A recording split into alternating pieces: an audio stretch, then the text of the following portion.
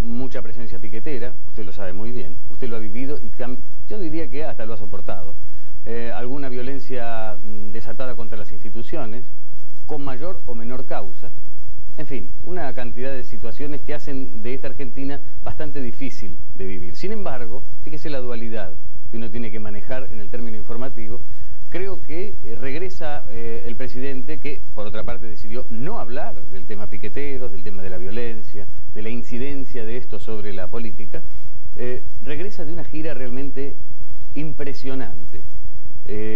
Calificado el jefe del Estado y todo el equipo que lo acompañó, fundamentalmente el área de la Cancillería, como algo verdaderamente catalizador de lo que puede ser la Argentina del futuro. Y estoy hablando de la Argentina comercial, de la Argentina internacional. Lo que ponderaron tan favorablemente al presidente son los empresarios que lo acompañaron. Yo he hecho varias notas y me pareció realmente llamativo que distintos sectores y procedentes de distintos sectores de la industria, del comercio de la República Argentina hayan observado lo que es este funcionamiento de la Argentina hacia afuera. Lo de China fue impecable, más allá de algunas anécdotas o de lo que usted quiera buscarle la pata equivocada a esta situación, realmente fue impecable. Y tenemos entonces estas dos realidades. Va a llegar el presidente y en esta Argentina tan presidencialista todos esperan, llega el presidente, ¿cómo se resuelven las cosas aquí dentro? Viene con esta carga positiva. Bueno, todo eso lo vamos a ver esta semana. Yo le tiro 3 o 4 adelantos. Uno de ellos, es muy posible que el mes de julio sea definitorio para el tema de la revisión de los contratos con las empresas privatizadas. Segundo, es muy posible que tengamos una Argentina de algún acuerdo político, tal vez sencillamente por la foto, pero acuerdo político de fondo, para que los decibeles de la contienda dentro del justicialismo bajen a los niveles posibles. Por el otro lado vamos a tener, sin ningún lugar a duda, y para terminar, una Argentina a la expectativa de qué es lo que sucede con esta revisión del fondo y la firma del acuerdo, que en definitiva nos va a llevar hacia el 2005-2006. El 14 de julio era la fecha, no va a ser el 14 de julio. Hay suficientes cuestiones de protesta por parte del organismo internacional que le han ido llegando a manera de lobby de distintos países y la situación no es clara. De todas maneras, me parece a mí que más allá de las vacaciones del fondo, usted sabe que en agosto se toman vacaciones, pero de una manera así, concreta, todos los integrantes del Fondo Monetario Internacional, después de eso viene el acuerdo. Pequeños anticipos en un programa que va a estar cargado de información, como siempre, y creo yo que no se lo puede perder porque además vamos a ir revisando cosas que tienen que ver con la política y cosas que tienen que ver con lo social, es decir, lo que a usted le interesa. Nos presentamos, señor director, y enseguida estamos ya con nuestros primeros invitados.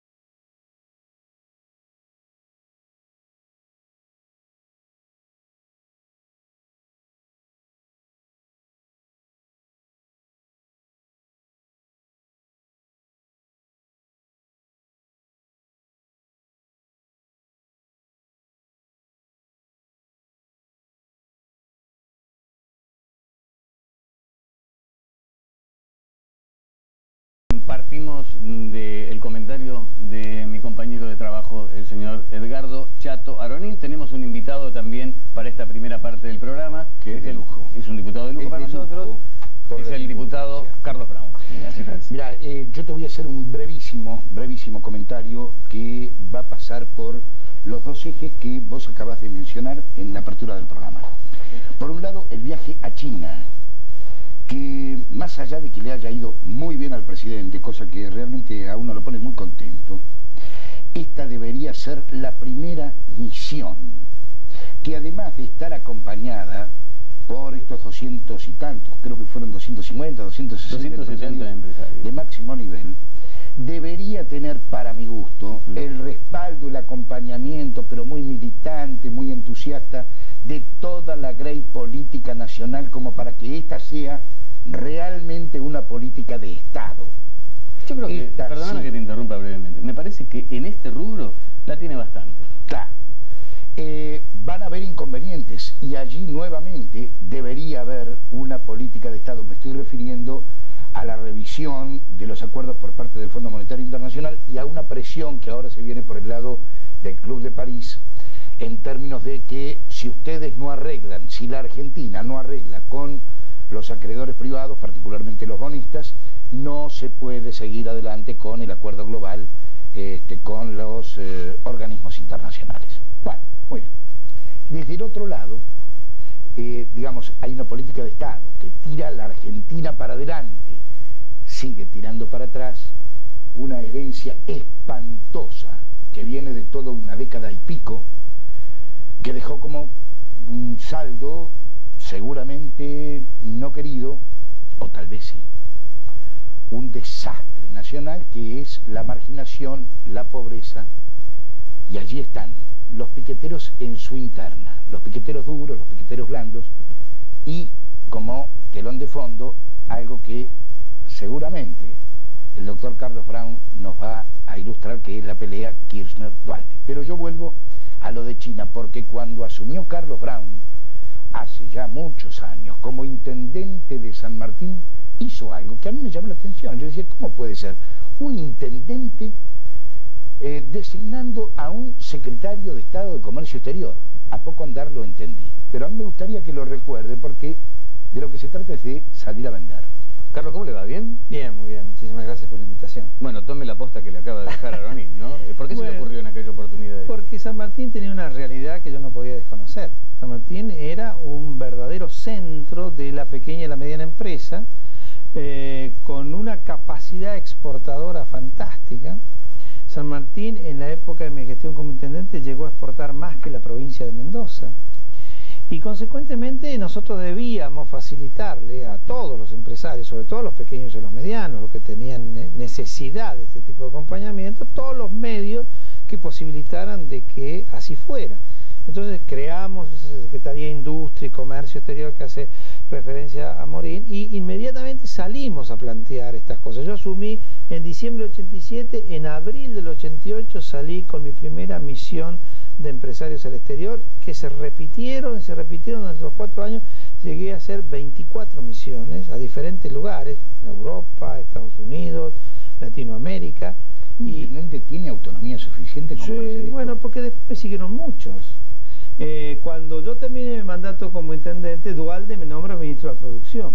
Y a partir de allí, la primera misión que el gobernador me encarga es que esta idea de San Martín, este trabajo que hemos hecho en San Martín, se instalara en los 134 municipios de la provincia de Buenos Aires.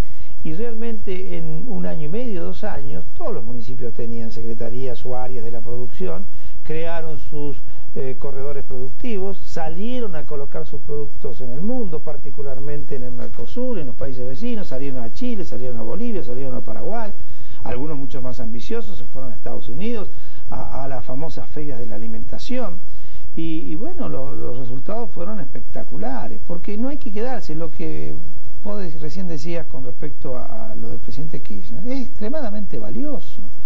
El presidente de la República, como los gobernadores y como todos aquellos que tienen algún tipo de responsabilidad, tienen que salir con sus empresarios. No es lo mismo para un empresario ir solo que ir acompañado de su presidente, de su gobernador, de su ministro, de su intendente. Y hay una paradoja acá. El presidente Néstor Kirchner, cuando asume, fue calificado, tildado y hasta en algunos casos con una protesta consistente de ser el hombre que no le daba ni 5 de bolilla a los empresarios. Y sin embargo ahora me parece que esta misión, como le hemos calificado, le da una vuelta de tuerca enorme. Yo he podido hablar con representantes de empresas, algunas de ellas, caso Sogma por ejemplo, ¿no? Sí. Que estaban extasiados, no solamente con lo que significa China hoy en día, que después lo podemos hablar, sino de esta forma de catalizar del gobierno, que no lo habían tenido antes. Y sin embargo era el presidente que ponía mayores barreras al principio, por lo menos eso se entendía, bueno, ¿no? Pero está demostrado que no es así, y China es el gran mercado posible. Nosotros hicimos una experiencia de la provincia de Buenos Aires, siendo yo ministro de la Producción, y fuimos a China en una misión oficial presidida por el vicegobernador de la provincia de Buenos Aires. Nosotros tenemos una hermandad con una de las provincias de China, y bueno, los resultados fueron fantásticos, la posibilidad de colocar, es más, si nos abren un poquito la puerta, nos vamos a encontrar con un drama que no podemos dar abasto, para responder ante los requerimientos que se solicitan. Bueno, es un desafío, ¿no? Claro, es un desafío. Yo tengo entendido que en China, un país de 1.300, 1.200 y pico de millones de habitantes, hay 25 25 millones de ricos. Sí, sí. ¿No? Y 25 millones de ricos movilizaron en 10 años el parque automotor, movilizaron la construcción y en base a esto tiene una clase en acceso a la riqueza de cerca de 60 millones más. Uno dice, pero qué barbaridad, estamos hablando más de la... Cualquier cosa que China necesite para nosotros sería de un efecto expansivo brutal. Sí, sí, y claro. Todo vinculado con la agroalimentación. Fíjense lo que está pasando hoy con la soja. Si China sigue comprando en la intensidad que compra, el valor de la soja desde el punto de vista internacional, y para Argentina y para Brasil, ni qué decir.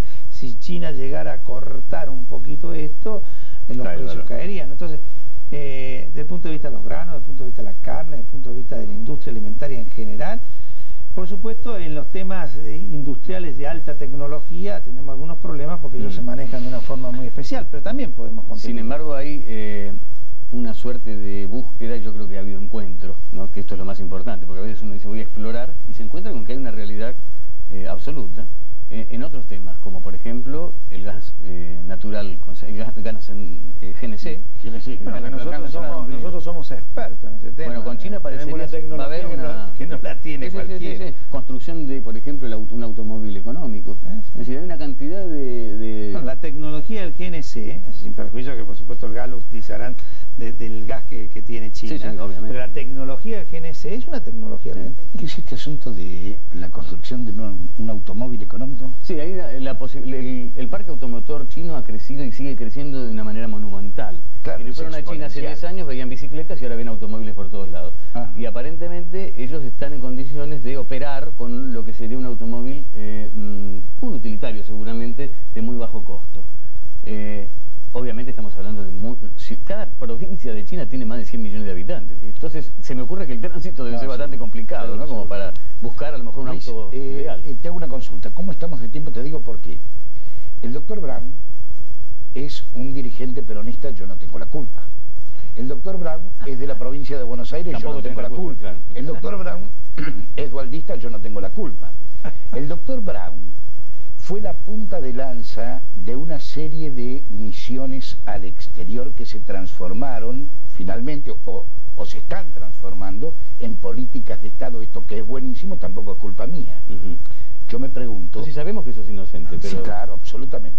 Lo que yo no sé es si el doctor Brown, o cualquiera, alguien, está en capacidad de contarle al país quién puede manejar la policía de la provincia de Buenos Aires. ¿Se le va a borrar esa sonrisa? No, este es un tema muy agudo, muy serio, y no sé cómo estamos de tiempo, por eso te preguntaba. No, es toda una pregunta. Usted sabe que yo tuve esa responsabilidad por muy corto tiempo, pero la tuve. Fui secretario de Seguridad de la provincia de Buenos Aires durante 7 meses. Y en la época del famoso caso Cabezas y en la época del recrudecimiento de la investigación de la AMIA. Recién lo escuchaba al fiscal de la AMIA que está renunciando a su cargo de fiscal, y yo me acordaba los trabajos que hicimos. Nosotros le entregamos un equipo Excalibur al juez Galeano para la investigación de la AMIA. No lo tome como una chicana, pero usted pasó en el periodo justo en que fue de la mejor policía del mundo a la peor de todas. Sí, más o menos. Más o menos. Lo que pasa es que ni es la mejor ni es la peor. Es la policía que tenemos. Claro. Y el control de...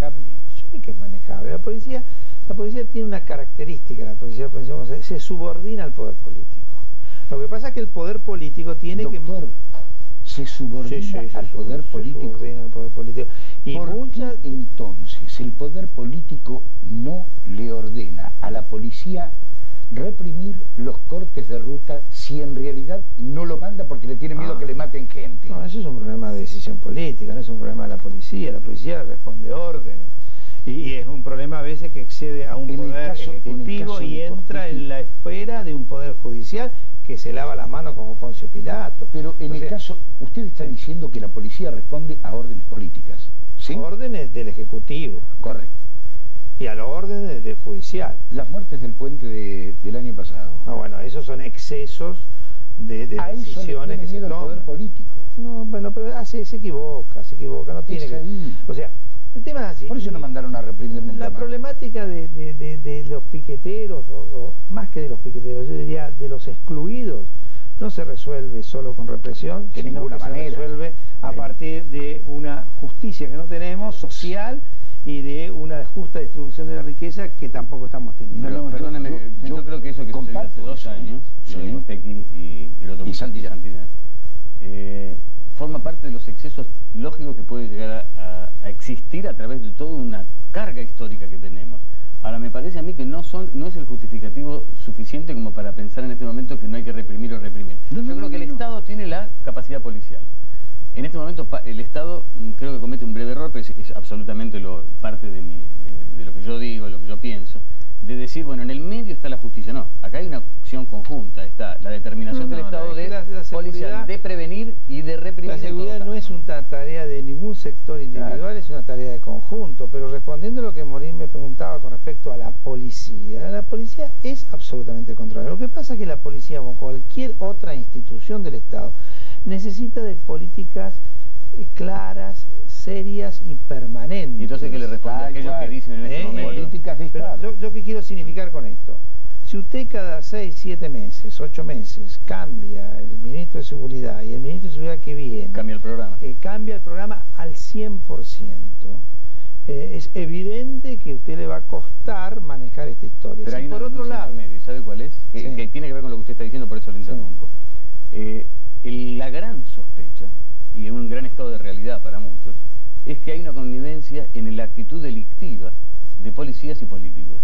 Sí, lo sabe eso, ¿no? Estos son excusas, denuncias. Son denuncias que se hacen, que en primer lugar hay que probarlas, porque es muy fácil denunciar y nadie prueba finalmente nada.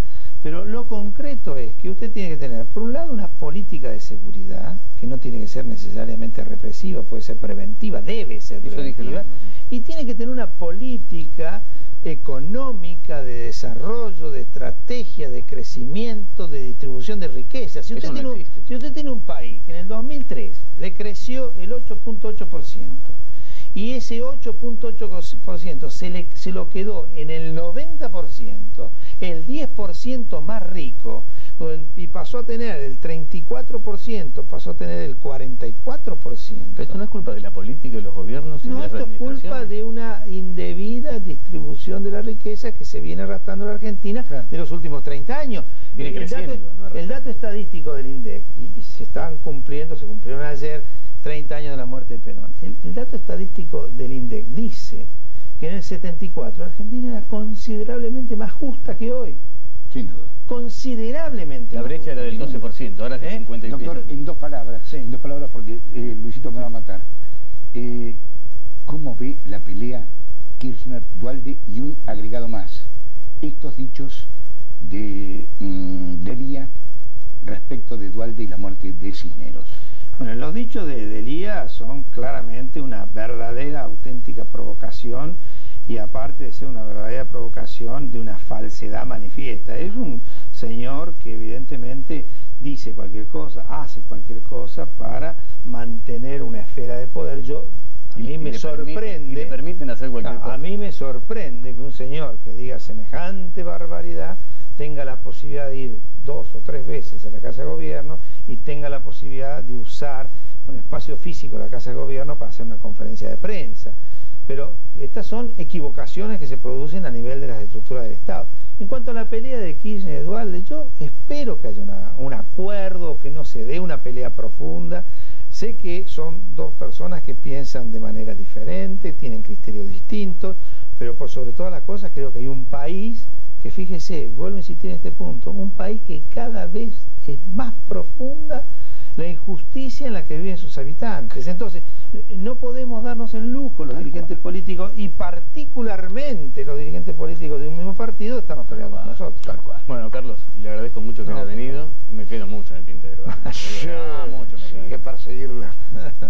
Nosotros vamos a volver en un ratito nomás porque tenemos mucho más para ofrecerle frente a todos, claro. Y lo que me queda.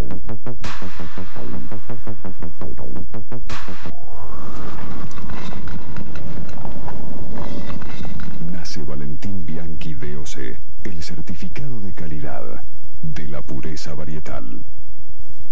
Centros de atención médica propios, exclusivos para nuestros asociados. Amplia red de prestadores en su zona. Red de farmacias, ópticas y ortopedias. Atención personalizada. Sucursales en Once, Belgrano, Martínez, Flores, Ramos Mejía, Aedo, Morón y Lanús. 4854-4900. Ángel Gallardo 551. Una fragancia fresca y seductora para la mujer de hoy. Mo, de Morín Dinar.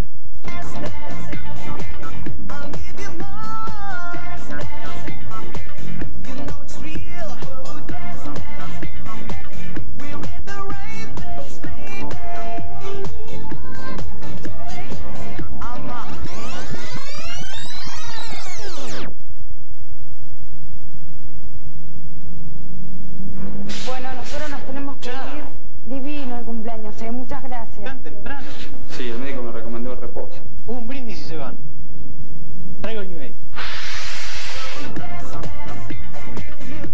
New Age. Abrite a lo inesperado. Con el país y su gente, Nación AFJP, Nación Seguros de Vida, Nación Seguros de Retiro, estuvimos, estamos, estaremos.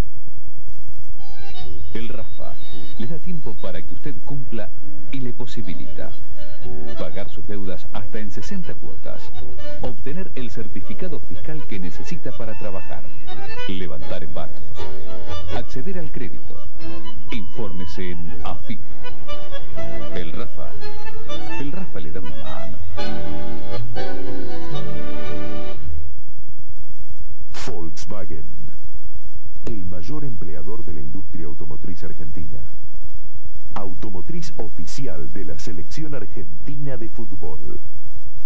Que tenga dulces sueños. Nosotros nos encargamos de hacerlos realidad. Préstamos personales del Société General con un plazo de hasta 24 meses y a una tasa fija del 17,9%. Esperamos su visita para que nos cuente lo que soñó. Société General, otro estilo de banco. Llegó a Buenos Aires el éxito teatral del verano.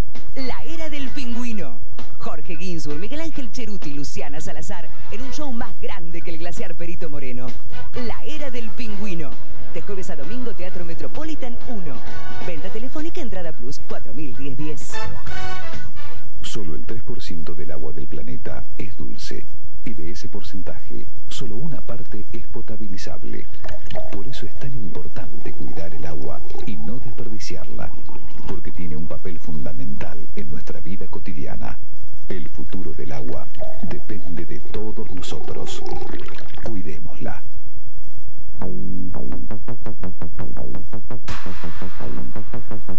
Seguimos frente a todos con usted, por supuesto, tratando de abarcar todo el enorme panorama que tiene la Argentina en esta situación tan particular, ¿no? Yo lo califico de, por un lado, de riesgo, ¿no? De riesgo porque las calles no son nuestras, no son de las instituciones y esto nos pone a nosotros un poco nerviosos, a los ciudadanos y por supuesto a las autoridades, me imagino. Y por el otro lado, lo que se viene. Y lo que se viene es una Argentina en crecimiento, una Argentina que busca potencialidad en el exterior. Y hacíamos referencia a este viaje espectacular a China. No me canso de decirlo porque me parece que hay que tomarlo como un hito, ¿no? A partir de acá, seguramente algunas cosas pueden llegar a cambiar en la medida en que se puedan aprovechar. Pero también tenemos la otra Argentina, que es también la Argentina real, y tiene que ver con la posibilidad de que nosotros empecemos a ver, bueno, hay que generar trabajo, hay que comenzar a funcionar de otra manera, hay que empezar a suponer que va a haber crédito, y para eso está con nosotros Diego Videla, que es el gerente de Relaciones Institucionales y Comunicación del Banco de Galicia.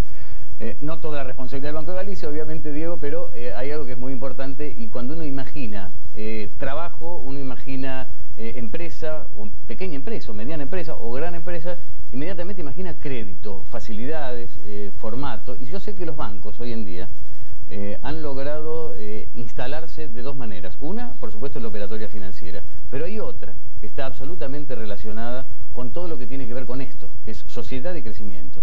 El Banco de Galicia me parece que tiene emprendimientos bastante interesantes como para que la gente se dé cuenta, ¿no? Sí, nosotros dentro de nuestro programa de Responsabilidad Social Empresaria del banco tenemos 3 ítems que apoyamos, que son la educación, la salud y la cultura. Dentro de eso, de ese proyecto en educación, tenemos un proyecto que se llama de la gente al microemprendimiento, del microemprendimiento a la pyme, de la pyme a la cadena de valor y a la exportación. ¿Qué significa esto? Nosotros tenemos una ONG de base que que rescata o que busca gente que está en niveles por debajo de la pobreza, generalmente nunca han trabajado, les da un entrenamiento, con esta gente la hace insertarse un poco en la sociedad y sobre todo en la sociedad laboral. Y de esto se han hecho algunos microemprendimientos bastante exitosos. ¿Qué detectamos nosotros? Primero que había que financiar eso, que estoy dando dentro del programa de representación del banco, había que insertarnos, había que apoyar eso como apoyo a la educación y como apoyo a la cultura del trabajo. Y lo más importante, cuando vos querés dejar pymes, tenés que hacer crecer el microemprendimiento y del microemprendimiento a pyme. Y ahí requiere un proceso social empresarial. Y lo bueno es esto, es que estamos llegando, después de bastantes estudios, llegando a creer que es posible llevar microemprendimientos a pyme. Así que a lo mejor de un microemprendimiento, 2 personas, puedas tener una pyme de 10 o 20 personas. Con lo que no solamente está generando puestos de trabajo, sino que está generando dignidad en el trabajador. Claro.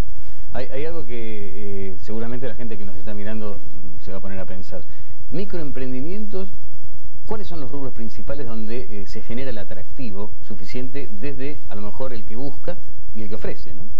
Mira, nosotros tratamos de buscar los microemprendimientos que van a poder convertirse en empresitas, en empresas pequeñas, en pequeñas empresas. Por ejemplo, tenemos un emprendimiento de dulces que parte del cherry, hoy ya tiene un envase de vidrio, etiqueta, una tapa de helado, tiene un agregado de valor y se exporta. Partimos del emprendimiento también de corte y confección. ¿Por qué? Porque durante muchos años se importó ropa, entonces cuando la industria alimentaria buscó quién cortara la ropa para la industria alimentaria, no encontró. Todavía no existen, es muy bueno ese tema. Y entonces, ¿qué estamos generando? Con jefas que tenían planes, con señoras que tenían planes jefa de hogar, hoy están trabajando en microemprendimiento. Y lo que estamos haciendo es tratar de llevar esos microemprendimientos a hacer que sean pymes.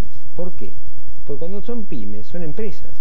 Y cuando vos decís que una persona que a lo mejor nunca en su vida trabajó y que salió de un nivel por debajo de la pobreza, es decir, una situación muy mala, muy triste y muy precaria, y que esa persona se puede convertir en un empresario más o menos exitoso, si esto tiene éxito, yo digo la Argentina va a tener un gran éxito siempre, porque va a tener que decir que la materia prima, que la inteligencia que los argentinos tenemos, que generalmente lo usamos mal, pero lo usamos, esa inteligencia que tienen los argentinos en aras de generar algo mucho mejor, va a ser la mejor demostración de que Argentina tiene mucha materia prima, pero más materia prima humana más que recursos. Sí, obviamente. Los recursos se van a ir generando, los recursos existen, pero están en otros niveles más no manufacturados. Ahora, cuando uno está al frente de esto, está incentivando este tipo de política social por parte de una entidad que creo que es la más señera en la República Argentina como banco privado, ¿no?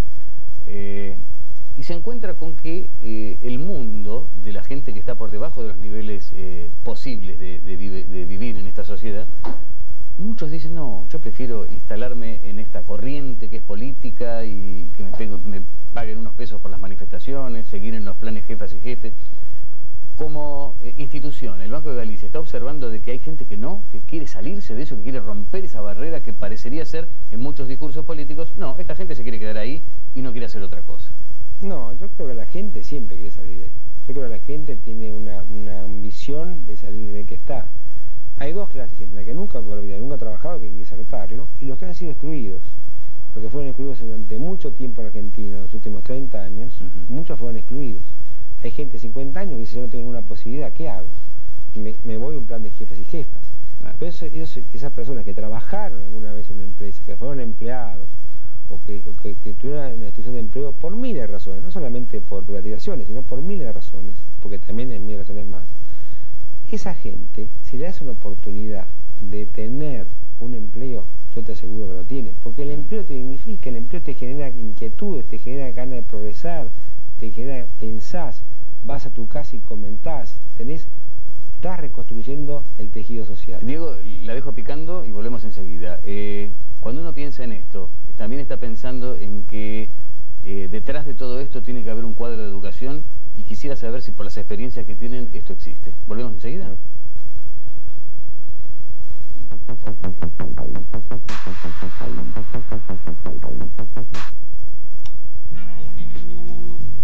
Solo vos sabés lo importante que es tu vestido favorito. Always Ultra Fina. Absorbe 6 veces más de lo que necesitas. No lo harías con cualquier toallita, ¿no? Always, absorción sorprendente. Usted puede ser la próxima víctima. Si no instala una puerta Pentágono, puede entrar cualquiera. Cuide todo lo que tiene. Hoy la oportunidad Pentágono llama a su puerta y le da 9 cuotas sin interés. Es una promoción limitada. Llame ahora, 4582-2222, y pague su puerta Pentágono en 9 cuotas sin interés. Para vivir sin miedo, por favor, cierre bien la puerta. Enganchate. Línea gratuita de encuentros telefónicos.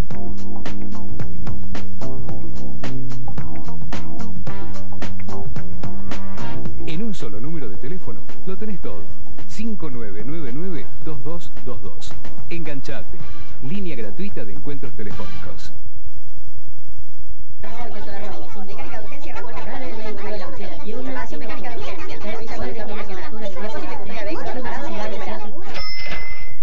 Precios, no palabras. Asegura tu auto en la caja. Mami, no puedo respirar bien. Tranquilo, yo voy a aliviarte. Con Big Vaporub, sus efectivos ingredientes combaten rápidamente la tos y la congestión nasal para que mi hijo pueda irse a dormir tranquilo. Rápido alivio, dulces sueños con Big Vaporub.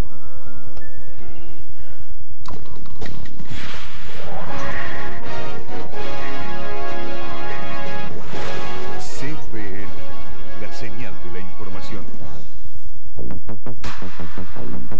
Seguimos conversando con Diego Videla, gerente de Relaciones Institucionales y Comunicación del Banco de Galicia, y habíamos dejado picando una pregunta que no es menor, teniendo en cuenta que muchas de esas personas, las que se integran o que las que se quieren insertar en el mercado laboral o las que han quedado afuera, tal vez o en la mayoría, se me ocurre a mí, no tienen capacidad para hacerlo, es decir, no vienen con el suficiente caudal educativo como para ingresar al área de entrenamiento, o a lo mejor sí, eso, la experiencia la tienen en el banco, obviamente. Nosotros, te voy a repetir, nuestro plan de responsabilidad ser empresario, lo que más apoyamos es educación, porque la mayor inequidad es que no todo el mundo puede acceder a la misma educación. Esa es la mayor inequidad que puede existir en cualquier lugar del mundo, que una persona por estar carenciado no pueda tener acceso a la educación y por lo tanto nunca en su vida va a poder triunfar, porque la educación es la base, obvio, la base de todo. Pero hay un proceso de destrucción que muchos dirán, ¿qué está diciendo este tipo? ¿No? Y sin embargo existe, uno lo tiene que ir observando de aquí hacia atrás en la historia y solamente hay que ver los niveles de graduación y los niveles de examen. Sí, son bajísimos. Sí, son bajos. Pero digamos que esta gente que esta ONG está buscando y que trata de insertarlo, se puede insertar, hacer un trabajo importante, tienen un entrenamiento, tienen un manual de procedimiento, tienen una guía, tienen tutores, hasta que llegan a insertarse en el trabajo. Cuesta, y después nosotros tenemos que hacer lo mismo, para llevarlos a la pyme, tenemos exactamente lo mismo, manual de procedimientos, una guía, tutores, para que se acostumbren a ser microemprendedores a ser empresarios. Y fíjate qué importante esto, es decir, un microemprendedor hoy es un empresario, y tiene la mente de empresaria, y el empresario se enamora de su empresa. Es como una cosa, es lo que más le gusta, que su empresa progrese, que su empresa vaya adelante, que sus empleados que tienen que... Pues, después, si bien los microemprendedores son organizaciones horizontales, las pequeñas y medianas empresas tienen que tener algo de verticalidad. Entonces, eso te va generando una idea de quién va a ser el que va a tomar decisiones junto con los demás colaboradores, cómo tomas, quién se va eligiendo en el gerente contable o en el gerente financiero o en el gerente de producción, porque 4 o 5 gerencias tienen que tener una pyme. Y otra cosa importante, si vos esas pymes tenés una excepción impositiva, porque ninguna pyme puede pagar, ningún microemprendedor, ninguna pyme puede pagar impuestos durante los primeros años, yo te aseguro que pagando impuestos a partir del segundo año, empezando a pagar cargas previsionales, cargas sociales, después IVA, después ganancias, con un buen plan de negocios, esa pyme entra en el circuito virtuoso de la economía y va a pagar impuestos. ¿Cómo está el esquema sistemático? Es decir, ¿qué tiene que hacer qué está haciendo el banco, particularmente, y qué tiene que hacer la gente que quiere sumarse a esto, que dice, bueno, esto es atractivo, yo estoy y me siento en condiciones de poder practicar esto como para poder crecer en la red. Mira, nosotros en este momento estamos tratando de desarrollar múltiples factores que voy a decir, bueno, que a lo mejor no los entendés. Por ejemplo, un factor importante es cómo haces, si una app es exitosa, no la vendés a una empresa mucho más grande. Porque la empresa más grande, ¿qué hace? Que es el paso 2 que todo el mundo cree que existe permanentemente. Entonces, pero si vos vendés tu empresa, primero padece identidad nacional, porque generalmente que te compras es una multinacional. Es una empresa internacional, que esto es lo más grave, no hay empresas nacionales. Entonces el problema que más nos genera es ¿qué pasa si te empresa es exitosa y viene una multinacional y la compra? Se perdió. Todo lo que generaste de valor agregado, de agregado de empleo, de agregado de trabajo, se pierde. Porque esos 9 empleados, 10 empleados, les pagan y queda uno. Esa plata la van a generar, va de vuelta a generarse consumo o a un ahorro muy pequeño. Entonces lo que yo te digo yo, si vos no generás la cultura del trabajo y la cultura de la empresa y la cultura de querer a tu empresa, no vas a hacer nunca, porque es muy difícil legislar. ¿A dónde va la gente que quiere hacerlo? Mira, y por ahora estamos trabajando con 3 microemprendimientos que son pilotos. Si tiene éxito, que yo creo que va a tener éxito, nosotros vamos a encargarnos de difundir este proyecto a través de los organismos que queramos, que es el Estado, obviamente. Bueno, Diego, me parece que es una buena noticia y eso de vez en cuando viene muy bien, ¿no? Ojalá, porque nosotros lo que más queremos en Argentina es que la gente trabaje y que pueda sentirse dignificada por el trabajo que hace.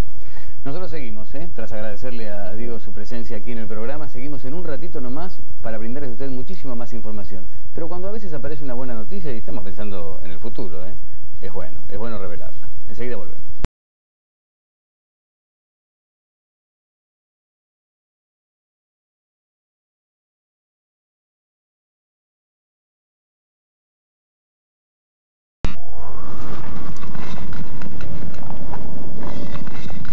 Valentín Bianchi DOC, el certificado de calidad de la pureza varietal. Una fragancia fresca y seductora para la mujer de hoy. Mo, de Morín Dinar.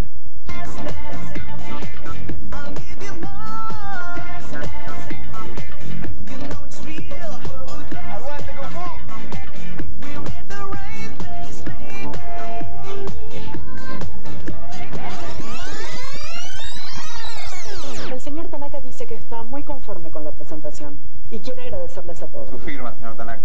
Sasui Shitei desu. Tanaka-san, Shuri. Namate kudasai. ¿Celebramos con New Age? New Age. Abrite al inesperado. Con el país y su gente, Nación AFJP, Nación Seguros de Vida, Nación Seguros de Retiro, estuvimos, estamos, estaremos. El RAFA le da tiempo para que usted cumpla y le posibilita pagar sus deudas hasta en 60 cuotas, obtener el certificado fiscal que necesita para trabajar, levantar embargos, acceder al crédito. Infórmese en AFIP. El RAFA le da una mano. Volkswagen, el mayor empleador de la industria automotriz argentina. Automotriz oficial de la Selección Argentina de Fútbol. Que tenga dulces sueños. Nosotros nos encargamos de hacerlos realidad. Préstamos personales del Société Générale con un plazo de hasta 24 meses y a una tasa fija del 17,9%. Esperamos su visita para que nos cuente lo que soñó. Société Générale, otro estilo de banco. Solo el 3% del agua del planeta es dulce. Y de ese porcentaje, solo una parte es potabilizable. Por eso es tan importante cuidar el agua y no desperdiciarla, porque tiene un papel fundamental en nuestra vida cotidiana. El futuro del agua depende de todos nosotros. Cuidémosla. Estamos en este momento con una legisladora que no es la primera vez que viene, ya ha venido en otra oportunidad, del Frente para la Victoria, llamémoslo así, el kirchnerismo o parte de él en la legislatura porteña, que es Silvia La Rufa. Silvia, ¿qué tal? Bueno. ¿Cómo estás? ¿Bien? Muy bien. Bueno, con Edgardo Bernini estábamos hablando fuera de cámara, ¿no? Acerca de la chica acá. La chica acá, exactamente. Acerca de lo que es esta extraña situación que se vive en la política, ¿no? Si vos vas con aquel, yo no tengo posibilidad de conformar ningún frente. Si vas para el otro lado, es decir, esto estamos hablando de peronismo, estamos hablando de López Murphy, estamos hablando de varios sectores que fueron desmembramientos y que luego conformaron el verdadero mapa político que tenemos ahora en la ciudad de Buenos Aires. Sin embargo, cuando llega la hora de poner algún consenso para algo, como por ejemplo votar o no votar un instrumento tan importante como es este código de convivencia, que creo que tiene otro nombre ahora, desaparecen algunos, otros dicen no, y se quedan, casi diría yo, peleando por eso, en lugar de consensuar, ¿no? Sí, bueno, son dos cuestiones diferentes. Yo por un lado creo que en la Argentina se están rediscutiendo las identidades políticas, que los dos grandes partidos tradicionales están repensando su proyecto de país, los valores que representan. En el caso del radicalismo quizás es el que está más golpeado por los fracasos en las gestiones que ha tenido yo diría del 28 para acá. Y en el caso del peronismo, porque atravesó en la década de los 90 un gobierno de su color que claramente no respondía a las tradicionales banderas del peronismo. Con el presidente Kirchner en el gobierno, internamente se tiene que dar esta discusión. Siempre en la medida en que no tengamos mucha memoria histórica, porque si yo traigo frases de algunos ex integrantes del menemismo, hoy en otra ribera, absolutamente. No hablo específicamente de Kirchner, hablo de muchos otros, uno dice, pero ¿cómo han ido cambiando de esta manera? Bueno, me parece bien, ¿no? Sí, algunos entienden que su pertenencia en el peronismo o en el radicalismo, en el caso que fuese, es lo que le da la coherencia más allá de la gestión concreta. Ahora, la discusión particular del Código Contravencional es una discusión mucho más amplia y más rica que lo que a veces reflejan los medios. Este código es el único código de fondo, el único código que establece prohibiciones en la ciudad de Buenos Aires. La Constitución establece una mayoría especial de 31 votos, pero está claro que un código de esta naturaleza no podría salir con una mayoría ajustada. Y hay un despacho de mayoría que salió de la Comisión de Asuntos Constitucionales y Justicias, de la cual yo soy una de las que lo firma. El diputado Di Giovanni y yo somos los únicos que lo firmamos sin ningún tipo de disidencia. ¿Qué plantean? Bueno, el cambio central en el que creo que hay un concepto absoluto es que la arbitrariedad que se le dejó a los jueces para establecer la pena que se les ocurriese desde el apercibimiento hasta el arresto no trajo los resultados esperados y que entonces hay que fijar en el texto de la ley a cada contravención, a cada conducta prohibida, qué sanción le va a corresponder. Después se incorporó... ¿Esto lo fija la propia ley o queda al arbitrio de la reglamentación posterior? De acuerdo a 3 de los 4 despachos están fijados en la ley. Y ese es el consenso mayoritario. Está bien. Ahora, el despacho de mayoría tiene 6 firmas en disidencia parcial. Hay 2 despachos de minoría proponiendo algunos cambios, firmados por 3 diputados, un 4º despacho de minoría que pide el archivo en representación del bloque de Zamora y 6 observaciones con la firma de 10 diputados. Lo que quiere decir que el despacho de mayoría es endeble. Yo fui una de las que no me senté el martes en la sesión, porque creo que hay que llegar al recinto con un consenso bastante importante sobre el contenido, porque si no, se puede desatar una sesión interminable donde terminemos haciendo un mamarracho. Bueno, la crítica de los sectores macristas, por ejemplo, para dar algunos de ellos, que son los principales en este caso, es precisamente que ellos quieren que el debate se dé en el recinto para que la gente lo observe de una manera un poco más. Ellos estuvieron trabajando en el despacho de mayoría y finalmente firmaron con disidencia parcial. Y yo sé que el despacho de mayoría no es el perfecto. Pero exhumen esas contradicciones, llévenlas al recinto. No, pero un código es un sistema integral, coherente y sistemático. Disculpame, antes de llegar a este régimen integral, coherente y sistémico, ¿sí? Ustedes deberían encontrar una idea. ¿Qué quiero yo respecto de la seguridad para mi ciudad? A partir de allí, entonces sí vayamos al código. Pero antes, ¿qué quiero yo en materia de seguridad para mi ciudad? Ese debate, ¿qué quiero yo? Está claro que el macrismo no lo tiene muy claro, porque cuando hablamos de ratificar el convenio de policía, yo lo tengo muy claro. ¿Lo tenés claro? Yo lo tengo muy claro. Contalo. Yo creo que la ciudad de Buenos Aires tiene muchas cosas por hacer. El tema contravencional es uno de ellos, es el menor, pero es el primero y es muy importante. Pero no solo hay que aprobar un nuevo código contravencional y no de convivencia como se lo llamaba, sino contravencional como dice la Constitución de la ciudad, sino también hay que aprobar el convenio de policía comunitaria, que entre sus facultades específicas está colaborar con la justicia contravencional y hacer prevención en materia contravencional. Entonces hay que ser coherente y no hacer política barata, que digo que quiero modificar una cosa y después no apoyo lo otro. Además, el macrismo es cierto que trabajó mucho en este tema del código. El diputado Di Giovanni y yo también, y diputados del oficialismo, como la diputada Moresi o el diputado Talento también. Pero el macrismo, que tanto dice, firmó en disidencia parcial el dictamen de mayoría. Entonces, lo que nosotros no podemos decir es que tenemos consenso para tratar el código. Lo que hicimos es terminar en un momento un debate, sacar unos dictámenes y cuando llegó el momento de debatir nos dimos cuenta que ese consenso no estaba dado. Hay sectores, por izquierda y por derecha, que no quieren modificar o que quieren llevar a un extremo que no le haría bien a la ciudad. Entonces tiene que haber un consenso para que el debate sea racional y positivo. Si no, lo único que vamos a hacer es hacer chicana política en el momento del debate. Y el tiempo, uno dice el tiempo, ¿qué tiene que ver? Esto hay que hacerlo bien. Pero mientras tanto, Silvia, yo no sé, no creo que con un código se resuelva el problema de la seguridad. Creo que puede ayudar mucho a resolver, a encontrar el camino para resolverlo, ¿no? Es un juego de palabras, pero es así.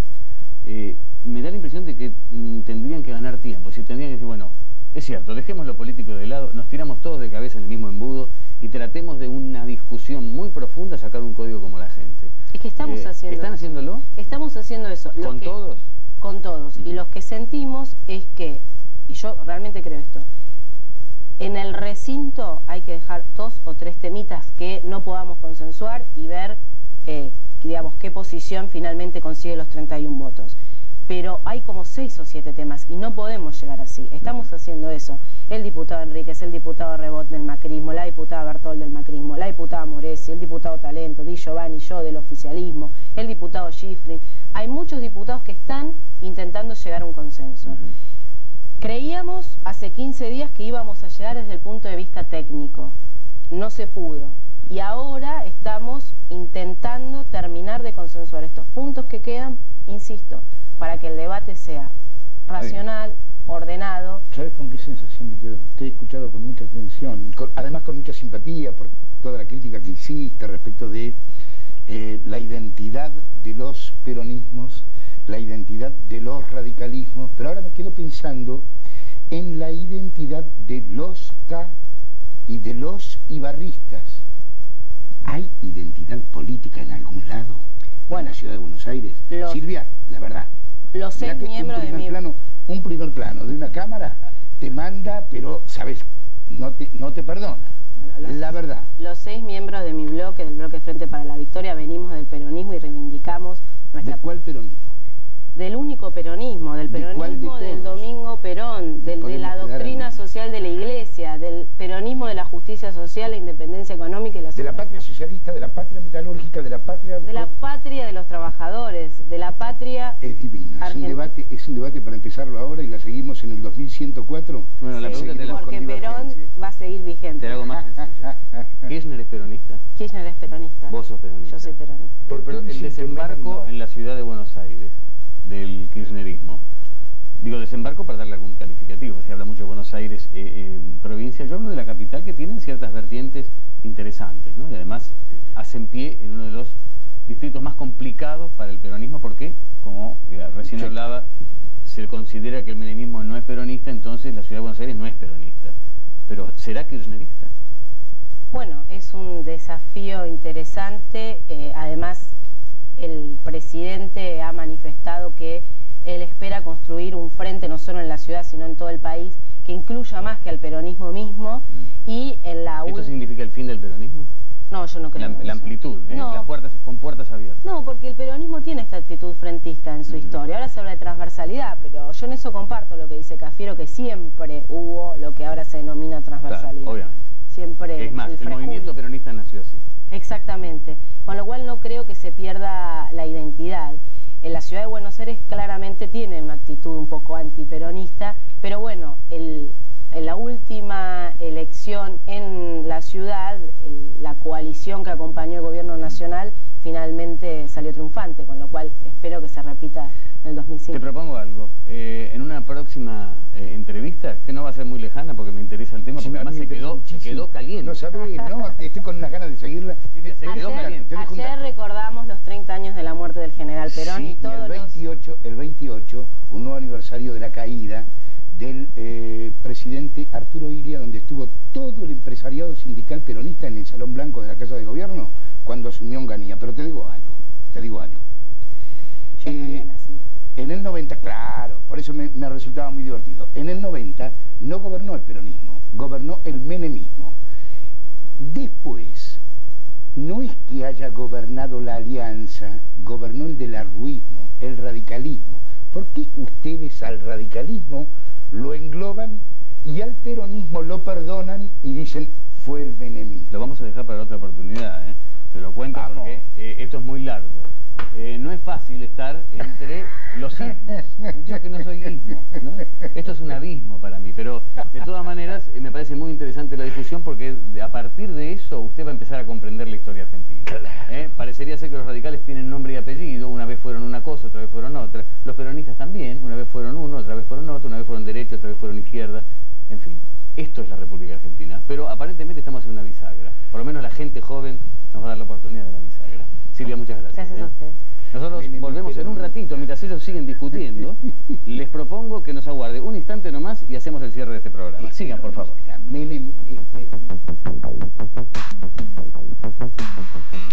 Bueno, vamos a hacer el cierre. Miren, no es fácil para mí hoy hacer el cierre.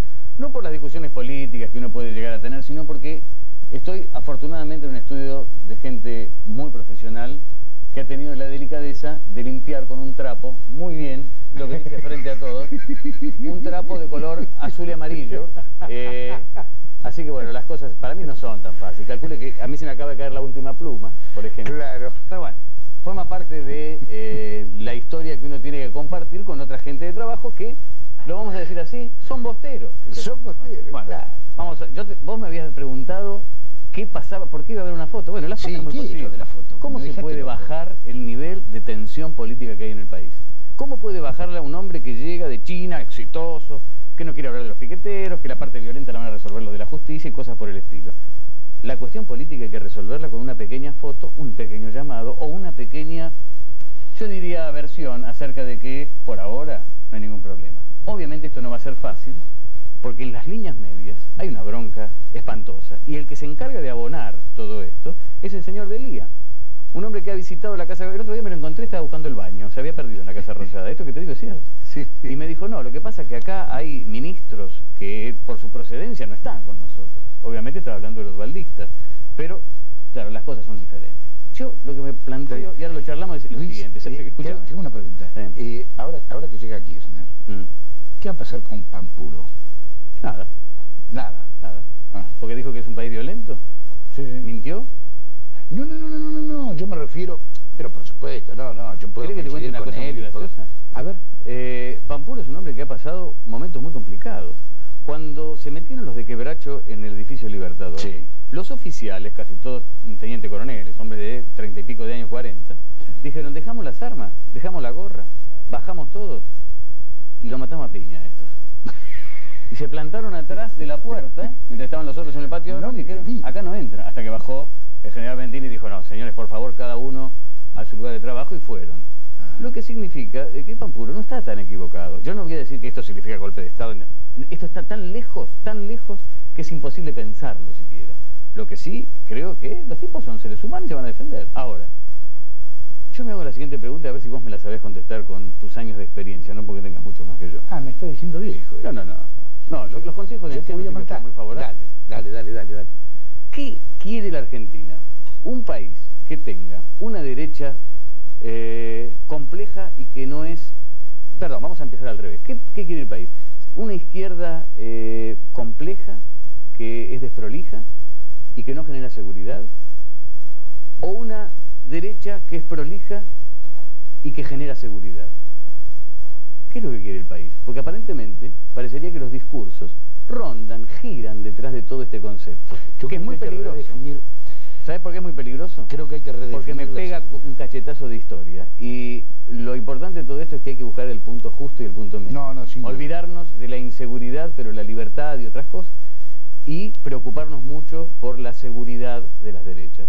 Esas dos cosas las tenemos que sacar de nuestra mente. Yo considero y fíjate que esto lo hablamos en este programa. Es un planteo de una riqueza espectacular, pero espectacular. Yo creo que hay que redefinir la libertad, hay que redefinir la seguridad. Nosotros, el orden tan deseado, el mejor orden al que podemos aspirar, está en los cementerios.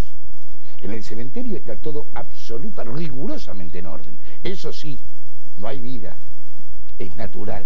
Bien, de lo que se trata es de ver cómo Eros se puede imponer sin que se caiga en algo caótico. Yo quiero la vida. Nosotros en este programa, vos tuviste un entrevistado espectacular, este hombre del banco... Diego Videla, del Banco Galicia. Galicia. ¿Cómo se llama? Diego Videla, Diego Francisco Videla. Diego Videla habló de la educación. Sí. Y en la época en que aquí había orden, entre comillas, teníamos un ministro que decía que los investigadores se tenían que ir a lavar los platos, y hoy nos encontramos con que no tenemos materia prima inteligente para ir a los lugares importantes. Fíjate que después que terminó la década del orden, nosotros tuvimos un cierto incentivo esta semana. Hemos tenido investigadores argentinos que encontraron un descubrimiento fantástico respecto del colesterol. Entonces, nosotros no podemos graciosamente decir viva...